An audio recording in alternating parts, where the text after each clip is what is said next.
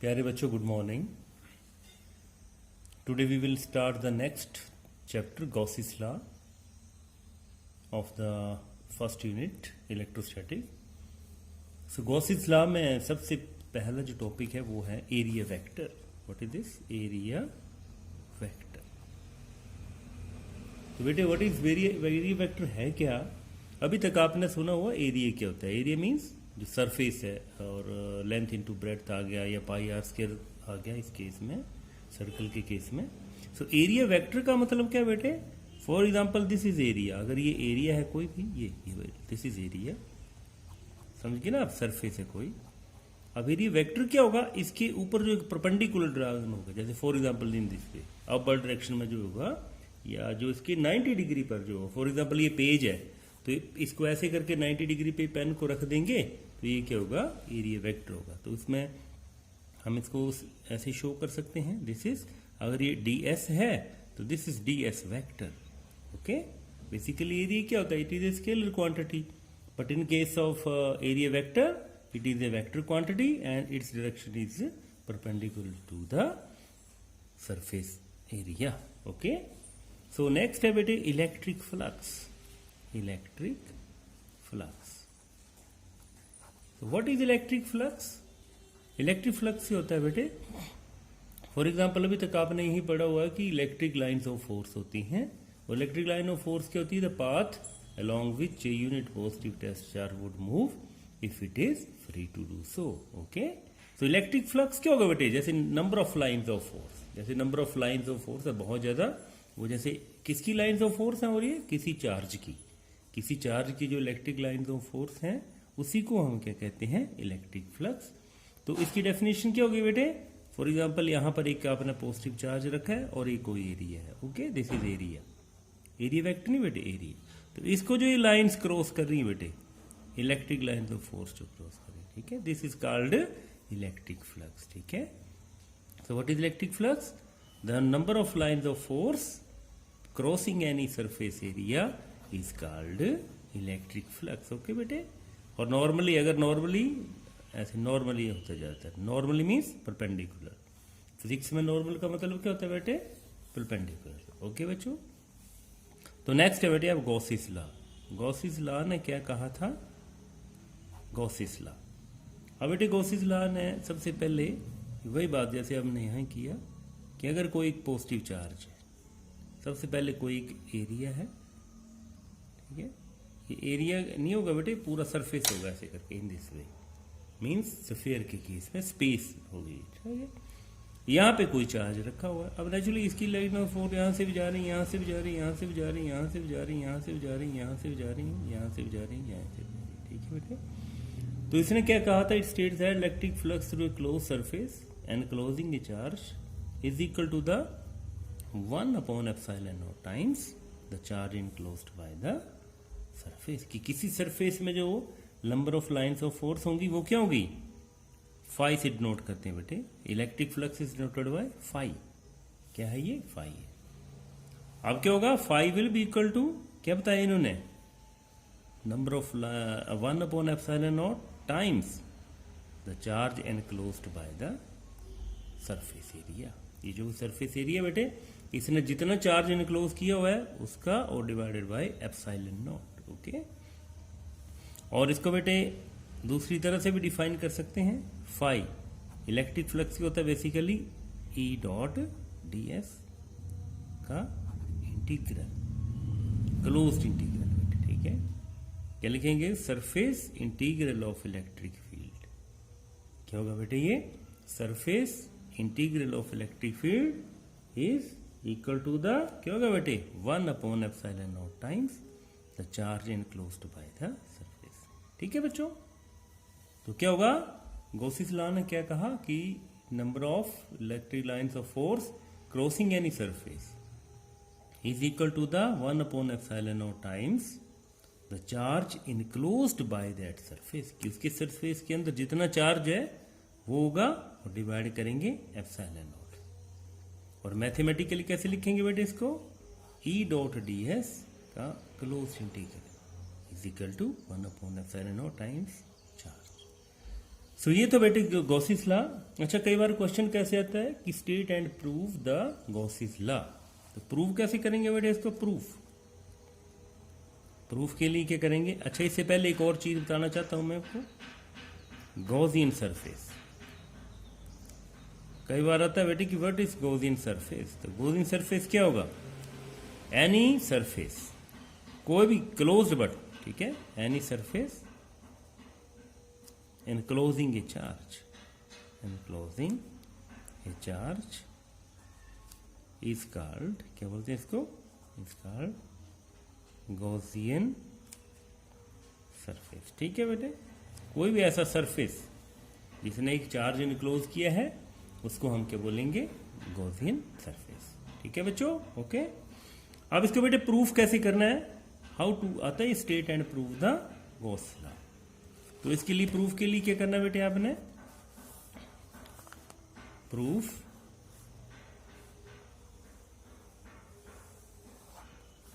कैसे होगा बेटे इसका?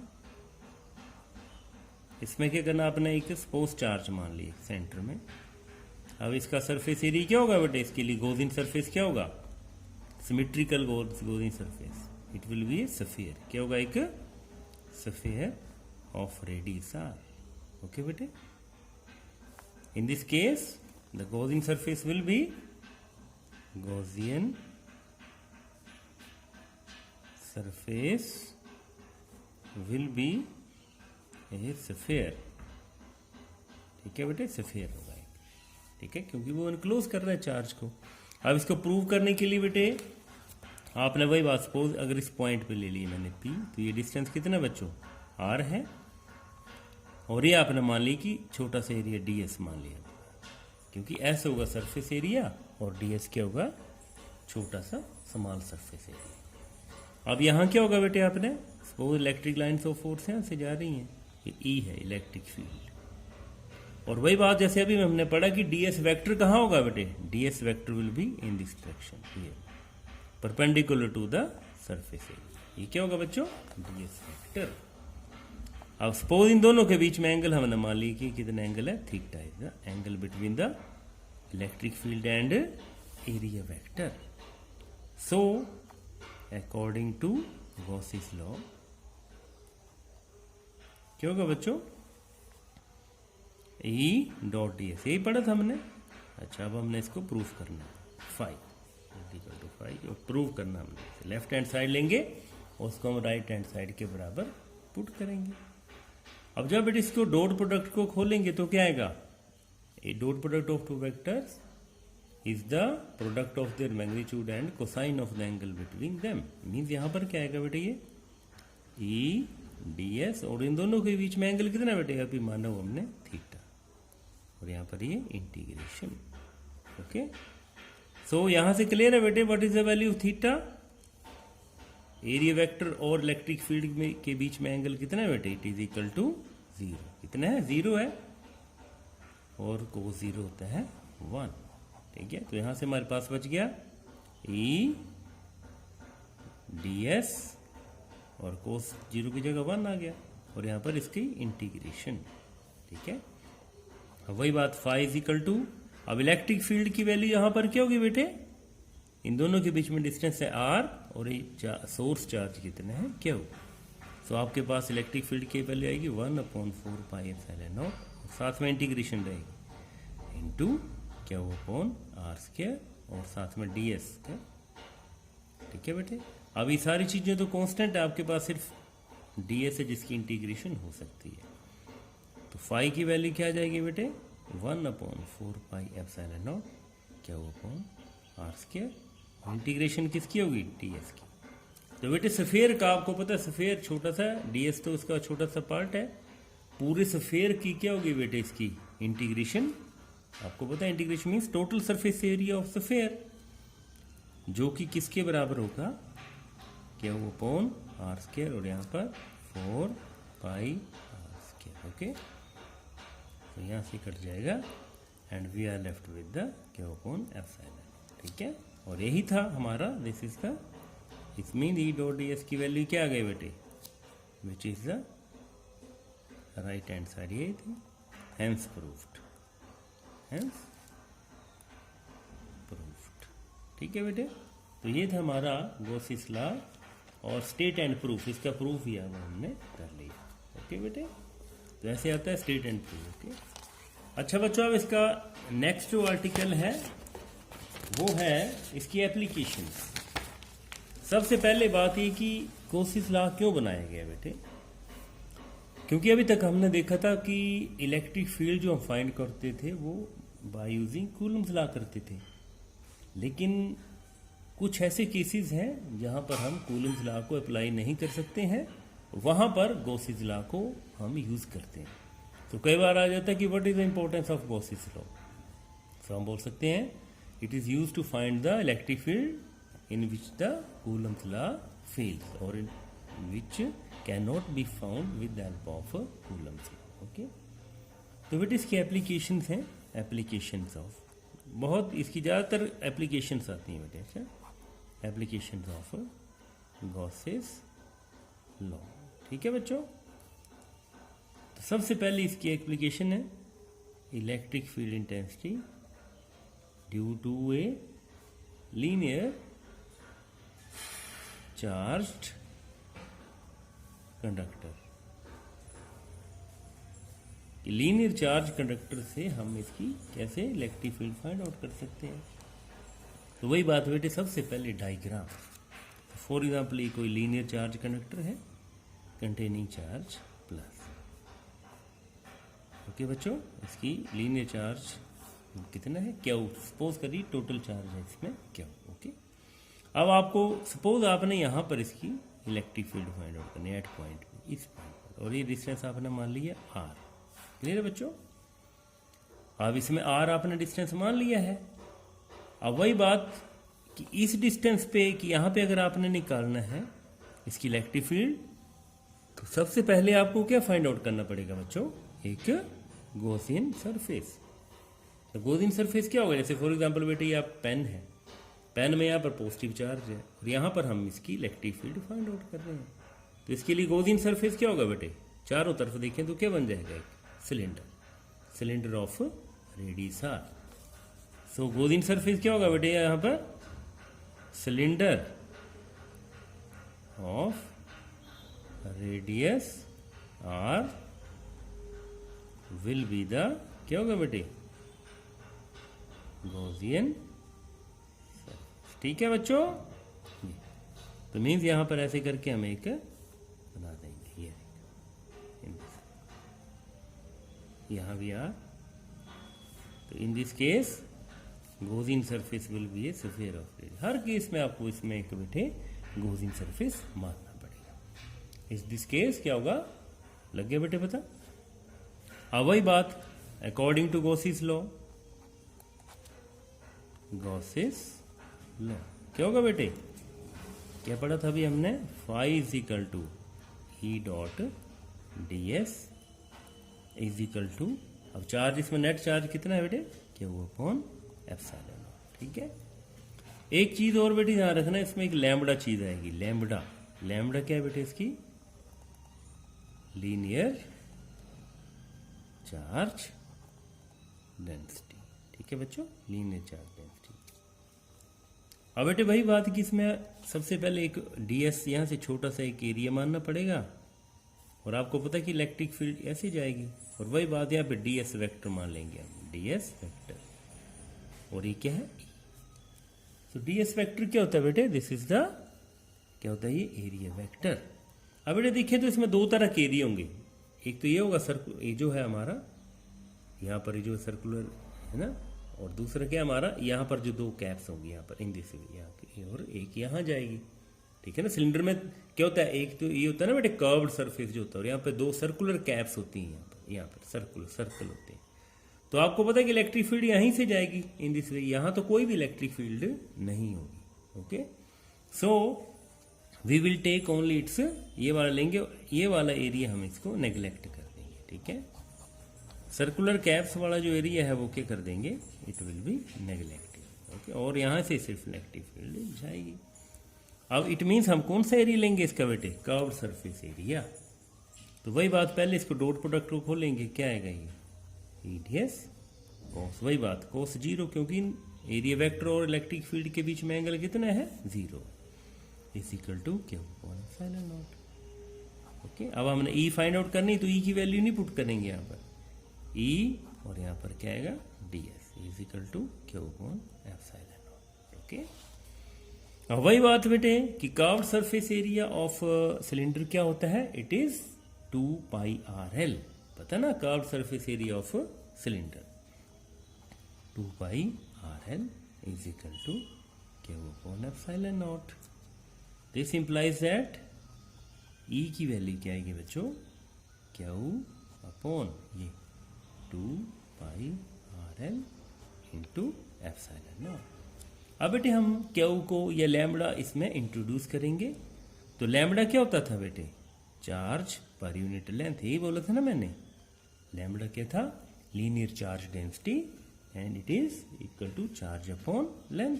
तो यहाँ पे देखा यहाँ आप, तो क्यू अपॉन एल की जगह पे क्या पुट कर देंगे आप बेटे, lambda. So E is equal to Q Q की जगह क्या लिखेंगे, lambda, Q 2 pi R into epsilon not.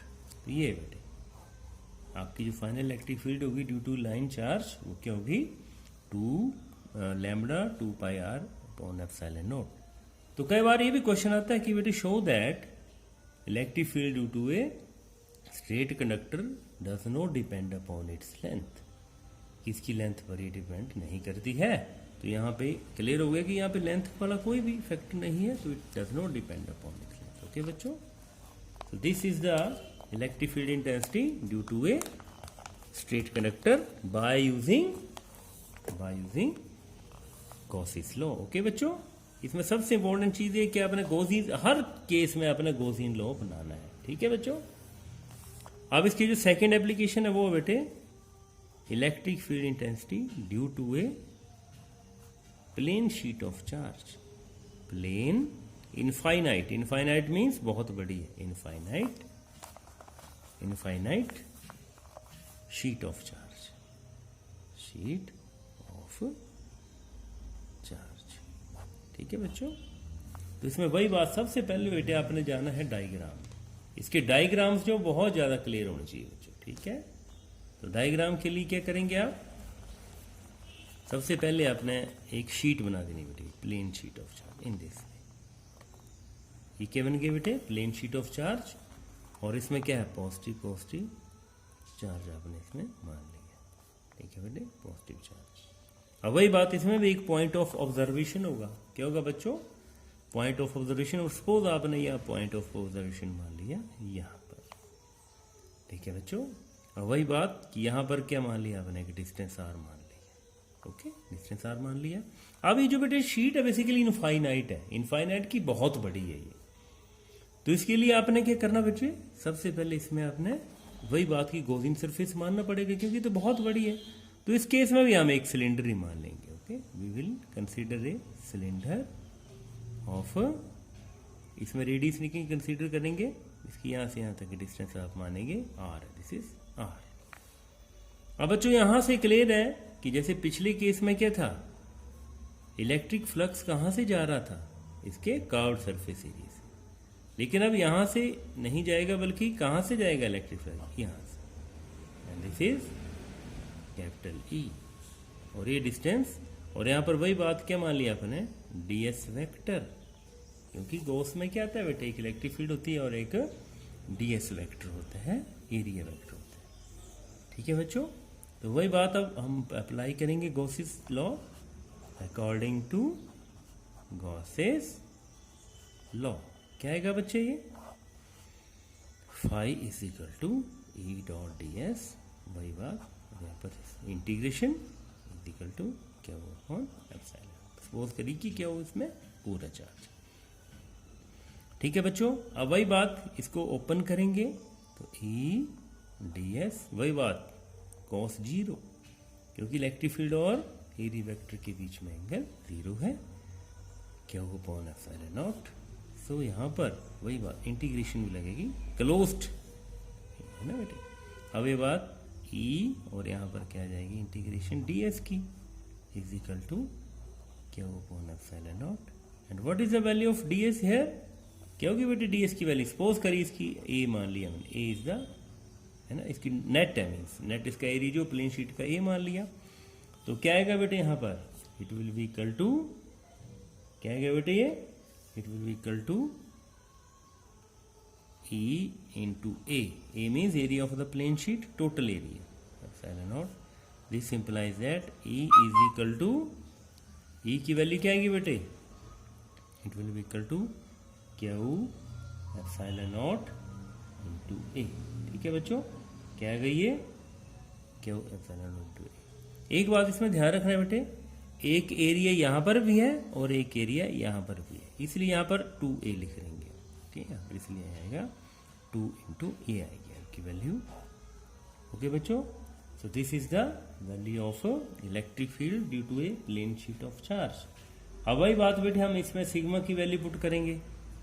What is sigma here, जैसे वहां पर लैम्बडा था लीनियर चार्ज डेंसिटी, और यहाँ पर सिग्मा आएगा। सिग्मा क्या होता है, सरफेस चार्ज डेंसिटी, ठीक है बेटे, सरफेस चार्ज डेंसिटी। तो इसकी वैल्यू क्या आएगी, वही बात, सिग्मा इज इक्वल टू क्या हुआ अपॉन ए, वहां पर लैम्बडा इज इक्वल टू क्या अपॉन एल। तो जब यहां पर हम पुट करेंगे तो ई की वैल्यू क्या आएगी बच्चों, क्या अपॉन ए की जगह क्या पुट करेंगे हम, sigma, so it will be sigma upon 2 epsilon naught.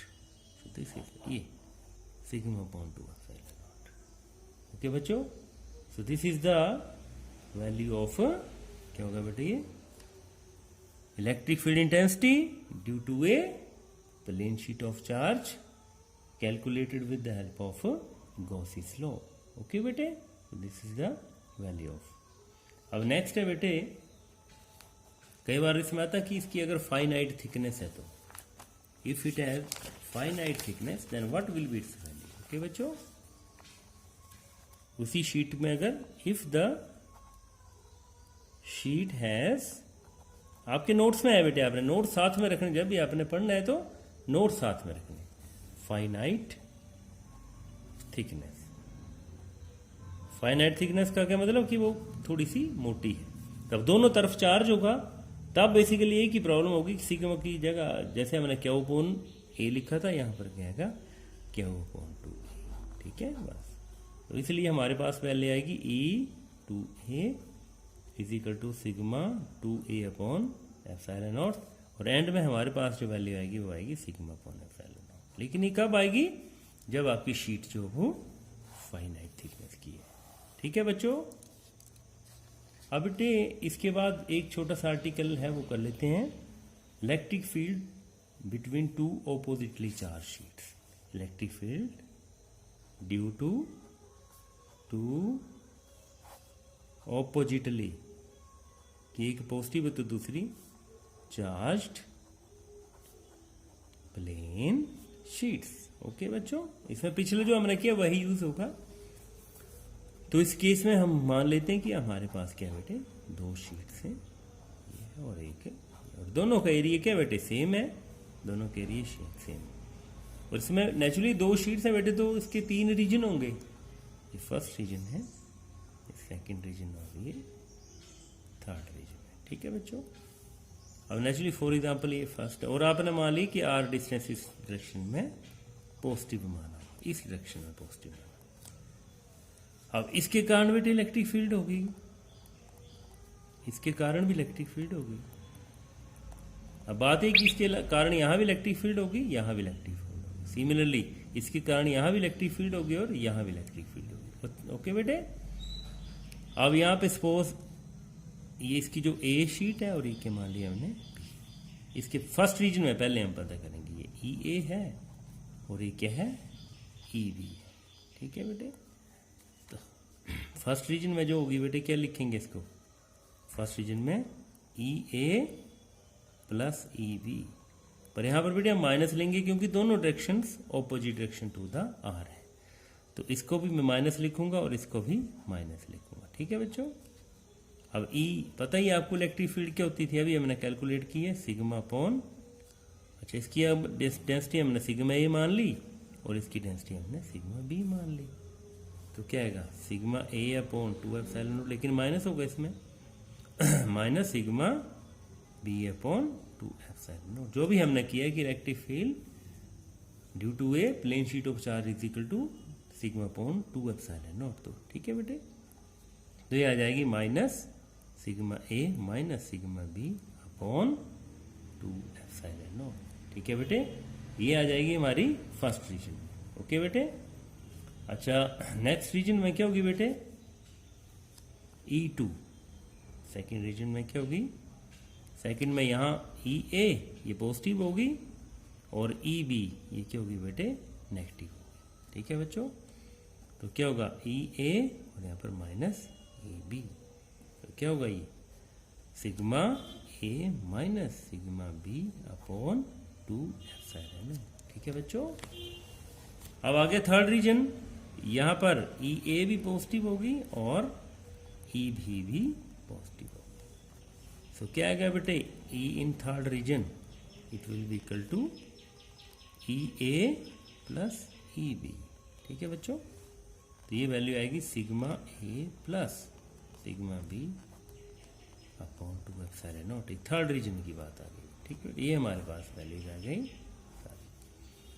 अब बच्चों हमने जो जिसका हेडिंग था उसमें क्या लिखा था कि एक पॉजिटिव चार्ज है sigma A is equal to माना पॉजिटिव है और सिग्मा बी जो है is equal to minus sigma, और दोनों की डेंसिटी अगर सेम मानते हैं तब क्या वैल्यू आएगी। फर्स्ट रीजन में पुट करेंगे पहले जो हमने अभी कैलकुलेट की है।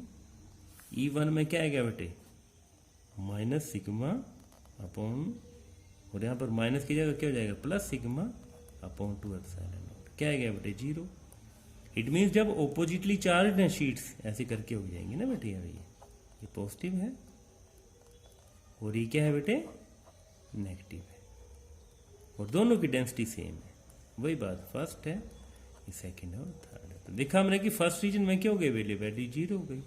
अब सेकंड रीजन की बात करते हैं। ई सेकंड क्या था बेटे ये sigma A minus sigma B upon 2 epsilon naught. अब सिग्मा ए की वैल्यू क्या है बेटे सिग्मा माइनस, और सिग्मा बी की वैल्यू क्या है माइनस सिग्मा और 2 एप्सिलॉन नॉट। तो क्या वैल्यू आ गई बेटे ये प्लस हो जाएगा ये 2 सिग्मा अपॉन 2 एप्सिलॉन नॉट। ठीक है, इट मीन्स हमारे पास सेकंड रीजन में क्या वैल्यू आई बेटे it is sigma upon epsilon not. ये आपको बेटे आगे जो हमारा कैपेसिटर चैप्टर 5th उसमें यूज होगा।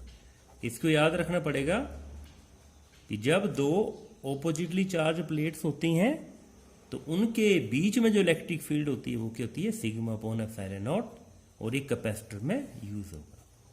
अब सिमिलरली बेटे ई थर्ड में क्या थी हमारे पास वैल्यू E3 में ऊपर देखो यहाँ पर sigma A plus sigma B upon 2 epsilon naught. बच्चों सिग्मा ए की वैल्यू क्या है सिग्मा, और सिग्मा बी की वैल्यू क्या माइनस सिग्मा 2 एप्सिलॉन, तो ये भी 0 आ। तो यहां से बेटे क्लियर है कि दो प्लेट्स के बीच में अगर वो ऑपोजिटली चार्ज है, यहां भी इलेक्ट्रिक फील्ड 0 होगी, यहां भी इलेक्ट्रिक फील्ड 0 होगी। सिर्फ इलेक्ट्रिक फील्ड कहां बचेगी सिर्फ at the centre of the two plates. Okay, so these are the applications of Gauss's law. Okay, इसको अच्छी तरह देखना है बेटे। Thank you very much.